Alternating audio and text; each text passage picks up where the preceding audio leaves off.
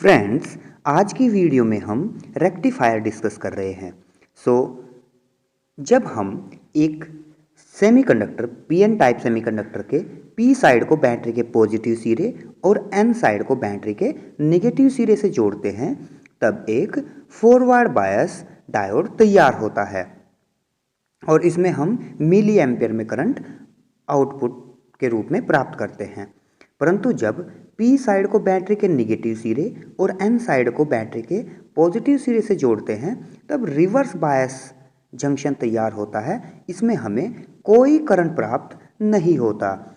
इसी प्रॉपर्टी का यूज़ हम रेक्टिफायर बनाने में करते हैं। तो रेक्टिफायर एक ऐसी डिवाइस होती है जिसके इनपुट पर हम एसी अप्लाई करते हैं और आउटपुट पर हम डीसी करंट या वोल्टेज प्राप्त करते हैं। So students, rectifier is a device which is use to convert AC current और वोल्टेज इनटू डीसी करंट और वोल्टेज।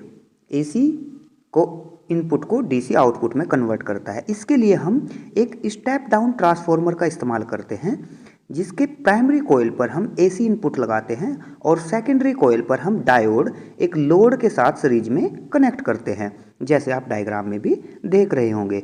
तो सेकेंडरी कॉइल के दो टर्मिनल S1 और S2 प्राप्त होते हैं, क्योंकि हमें पता है कि एसी इनपुट वेव फॉर्म में ट्रैवल करती है, जैसे आप अभी देख भी पाएंगे। इसका पॉजिटिव और negative half cycle continuously S1 and को और S2 एंड को कन्वर्ट करता रहता है। तो आप बड़े ध्यान से, पॉजिटिव साइकिल के दौरान S1 पॉजिटिव था और नेगेटिव हाफ साइकिल के दौरान S1 नेगेटिव हो जाता है। सो इसी प्रॉपर्टी का यूज़ हम अब डायोड में आउटपुट लेने के रूप में करते हैं और आउटपुट हम हमेशा आर लोड रेजिस्टेंस पर प्राप्त करेंगे। सो स्टूडेंट्स, जब पॉजिटिव हाफ साइकिल S1 पर पहुंचती है तो इसका जो पी सिरा है, वो जो एरो वाला दिखाई दे रहा है आपको डायोड का, वो पॉजिटिव, और जो आगे एन वाला सिरा है वो रेस्पेक्टिवली नेगेटिव हो जाता है। इसके रेस्पेक्ट में डायोड फॉरवर्ड बायस होता है और आउटपुट यानी लोड रेजिस्टेंस पे हमें कुछ इस प्रकार का वोल्टेज प्राप्त होता है। परंतु जब नेगेटिव हाफ साइकिल पर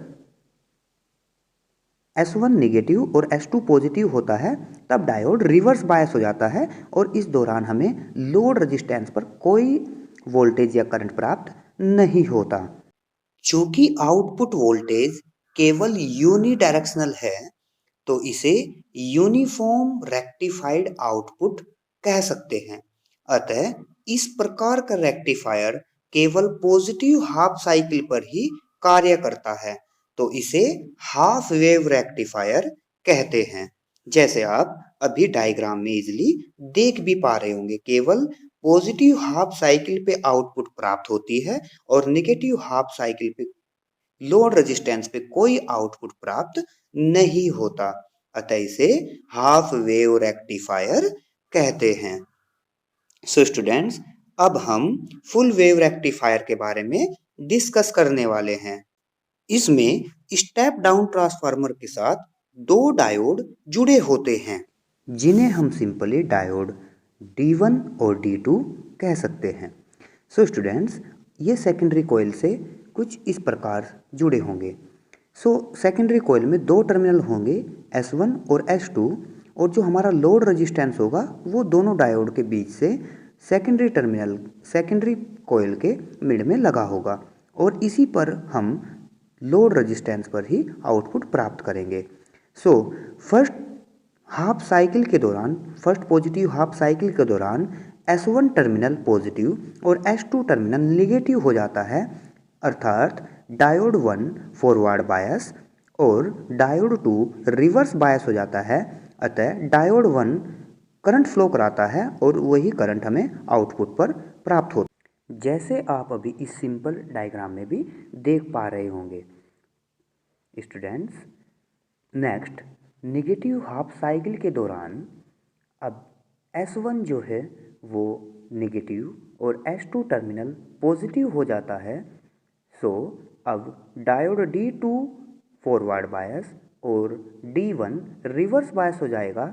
अतः लोड रेजिस्टेंस पर जो करंट प्राप्त होगी आउटपुट के रूप में वो केवल डायोड D2 द्वारा प्राप्त होगी।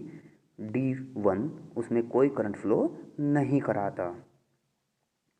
सो स्टूडेंट्स, क्योंकि इनपुट AC के द्वारा पॉजिटिव और नेगेटिव हाफ साइकिल के दौरान आउटपुट हमेशा यूनिफॉर्मली डायरेक्शन में प्राप्त होता है, अर्थात पॉजिटिव एम्पलीट्यूड के साथ प्राप्त होता है, जो कि केवल DC में ही पॉसिबल है। अतः हम कह सकते हैं कि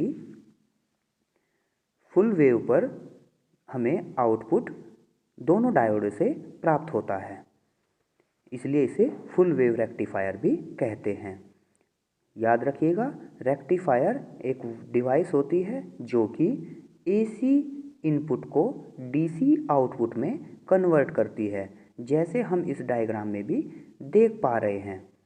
तो यहाँ पर यूनिफॉर्मली डायरेक्शन में हमें आउटपुट प्राप्त होता है, अतः ये एक फुल वेव रेक्टिफायर है। सो दोस्तों, आप माइंड में दोबारा रिवाइज कीजिए इसे। मिलते हैं नेक्स्ट वीडियो में। दोस्तों, थैंक यू। यदि आज की वीडियो आपको अच्छी लगी हो तो लाइक कीजिए, चैनल को सब्सक्राइब कीजिए और अपने दोस्तों के पास इस वीडियो को शेयर कीजिए। अगर आपका कोई कमेंट हो तो कमेंट बॉक्स में नीचे जरूर लिखिए। Thank you.